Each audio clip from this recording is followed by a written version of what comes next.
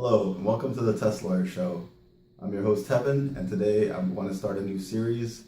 I've been an environmental lawyer for a long time, and I've just gotten interested in doing more outside of work and helping to bring the electronic car revolution forward. I've really been interested in cars for a long time, and recently I went to a play with my daughter, and we came out, and there was a lot of school buses picking up and dropping off, and it was probably a little bit more of an extreme case, but you could kind of just see the haze from the exhaust hanging in the air, and you could smell it, almost taste it, and saw some kids definitely bothered by it, some coughing. And I noticed my kids generally, they don't ride the bus that often, but sometimes they come home with headaches. And I never really thought about the diesel pollution coming from the buses. And with VW's Dieselgate scandal that just came out recently, it's really come to the forefront that we need to do more with these school buses. It's really a tragedy that they have not been addressed in any real way.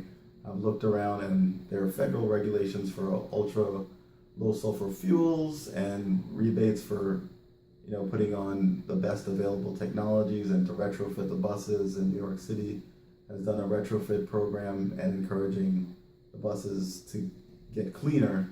And there's been some alternate fuel stuff, but there really hasn't been anything to force these companies or encourage these companies really to move to electric, really clean fuel. And I mean, these buses are carrying kids, which are more susceptible as they're young, their lungs are developing, and they're stuck in these buses where the concentrations of the particulates and the carbon dioxide can be higher than in the general air. And we really shouldn't be exposing them at such a young age to these harmful chemicals, which have been proven to create lung cancer or other kinds of cancer, higher risks. And the particulates increase the rates of asthma and also aggravate kids who already have asthma. And there's clearly high concentrations of asthma in the city, or the air is stagnant, and there are lots of buses in close proximity, a lot of heavy diesel trucks, and we should really do something to reduce this load on the city and the kids and elderly, everyone. I mean, a cleaner environment is a better environment. These diesel vehicles put out carbon dioxide, which is a greenhouse gas, and as I mentioned before, particulates. So we really should do something to clean this up, and moving to electric is a much cleaner technology and can be 100% clean. There's at least no local emissions, and emissions from the power plants can be reduced much easier than to go around and try to get every truck and make sure it's maintained properly. And the other pollutants from these trucks, the oils that they burn, transmission fluid, all of that stuff is just extra pollutants, and these trucks will not have as long a life using a diesel engine as you can on electric. Electric motors are very robust, they can last longer, and these trucks can be operational for a longer time and won't have to worry about meeting more stringent environmental regulations. So to get this started, I've reached out to Assembly Person Andrew Hevesy for New York, District 28.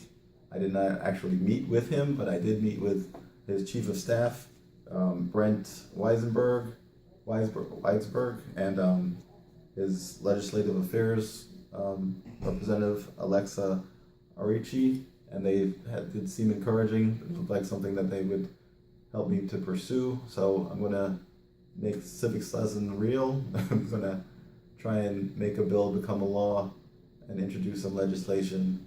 This really seems like a great exercise, but more importantly, it's important. I think it can really help make a change. I'm hoping to get electric school buses 100% in New York State, and hopefully other states will come along, but by 2030, that's my projected goal. I think that's not being overly optimistic. That's probably even a little bit pessimistic. I think we could do it sooner, but I think that's a reasonable goal to reach for. And I'm going to do whatever I can to try to move this forward. I've already tried to enroll a few of my friends who know a little bit more about politics and moving bills through legislature. So I hope you guys follow along on this journey with me and watch it happen. And more importantly, I hope you guys get involved. Even if you're not in New York, you can reach out to your assembly person or legislator or community board, whichever school district, this is something that we can all be a part of and do something about. There's no reason why we should not pursue this. I mean, school buses do not travel that far on a daily basis, and they have a yard to go back to where they can charge. So even if the public charging infrastructure is not built, it can be done. I think the technology is there. We've seen, large scale buses, and they're talking about garbage trucks and all sorts of heavy tractor trailers. If they can do it for them, I think we can definitely do it for school buses. But it's not going to happen if there's no push. If the market is not going to make it happen on its own, there needs to be some incentive to do this. And I hope to provide that incentive, and I hope others will help and hopefully get involved. Please like, subscribe, comment, and share.